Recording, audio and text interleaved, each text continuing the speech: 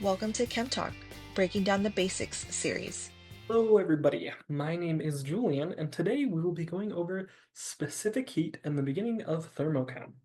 Now, there is one formula that you will see a lot, which is Q equals mc delta T, or as I remember it, QMCAT. Now, these all represent different things. Q represents heat, M represents mass, C represents specific heat, and delta T represents change in temperature. So, different substances will have different C's or different specific heat. Specific heat is normally going to be measured in units of joules per gram degree Celsius. So the specific heat of water, H2OL, so H2O in liquid form, is going to be 4.18 joules per gram degree Celsius. Now, H2O in solid form, which is ice, will actually have a different specific heat.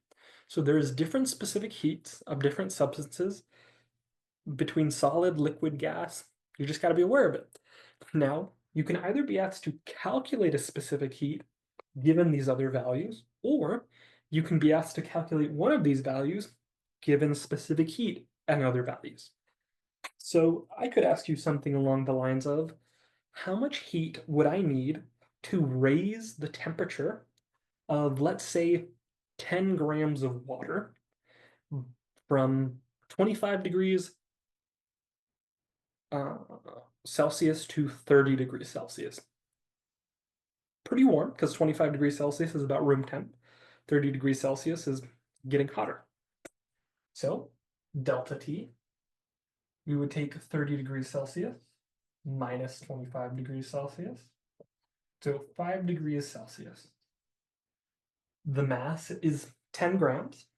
So putting this all together, the amount of heat in joules we'd need to heat up that water would be 10 grams times a change of 5 degrees Celsius times a specific heat of 4.18 joules per gram degree Celsius. And what I like to do is just double check to make sure everything's good. So this is grams divided by grams, Celsius divided by Celsius. I'm left in joules, so this should all work out.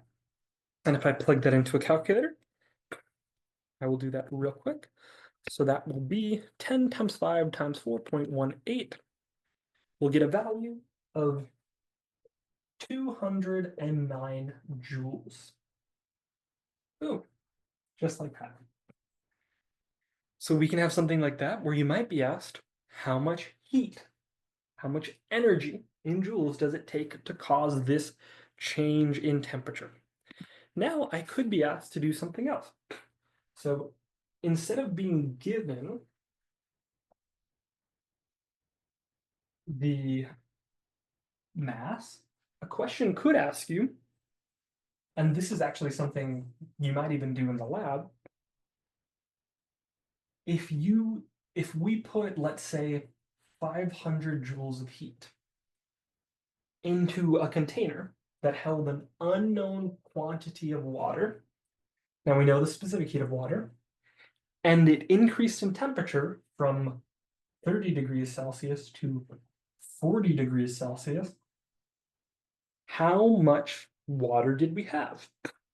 So this one, we will just do an inverse. So 30 to 40, that is a delta T of 10, right? Because it increased by 10 degrees.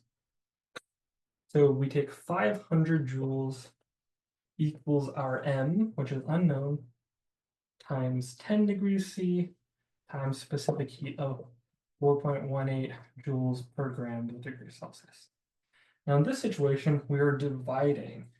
So we're going to divide by 10 and 4.18 joules per degree Celsius. We look at the bottom here.